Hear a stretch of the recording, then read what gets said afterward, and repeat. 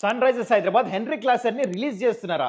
అది కూడా last year 23 crores పెట్టి హైయెస్ట్ రిటైన్ చేసిన ప్లేయర్ని. అండ్ లాస్ట్ ఇయర్ పర్ఫార్మెన్స్ చూడండి, 170 పైన, strike rate close to 500 runs. మరి ఇలాంటి ప్లేయర్ని రిలీజ్ చేస్తున్నారే అనుకోండి, what might be the reason? I'll tell you why. Number 1, తను ఇంటర్నేషనల్ క్రికెట్ నుంచి రిటైర్మెంట్ తీసుకున్నాడు. ఓన్లీ డొమెస్టిక్ లీగ్స్ ఆడుతున్నాడు, T20 leagues, SA T20, 100 and MLC లాంటి లీగ్స్ ఆడుతున్నాడు. దాంట్లో అనుకున్న స్థాయి పర్ఫార్మెన్స్ రావట్లేదు.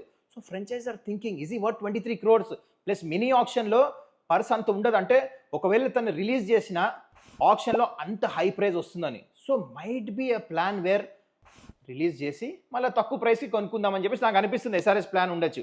And also I feel that Ishan Kishan ఇంకా మొహమ్మద్ షమీని మరొకసారి రిటైన్ చేస్తారు అనిపిస్తుంది. రూమర్స్ ఉండి ఈ మధ్యలో రిటైన్ చేయరు, రిలీజ్ చేస్తారని. కానీ వాళ్ళు డొమెస్టిక్ క్రికెట్లో మంచి పర్ఫార్మెన్స్ చేస్తున్నారు. ఎస్పెషల్లీ షమీ స్లిమ్ అయిపోయాడు, మంచి 5 వికెట్స్ తీస్తున్నాడు. కాబట్టి అందుకనే హంగర్ ఉంది తనకి టు డూ వెల్. సో అలాంటి ప్లేయర్స్ డెఫినెట్లీ టీంలో ఉండాలి.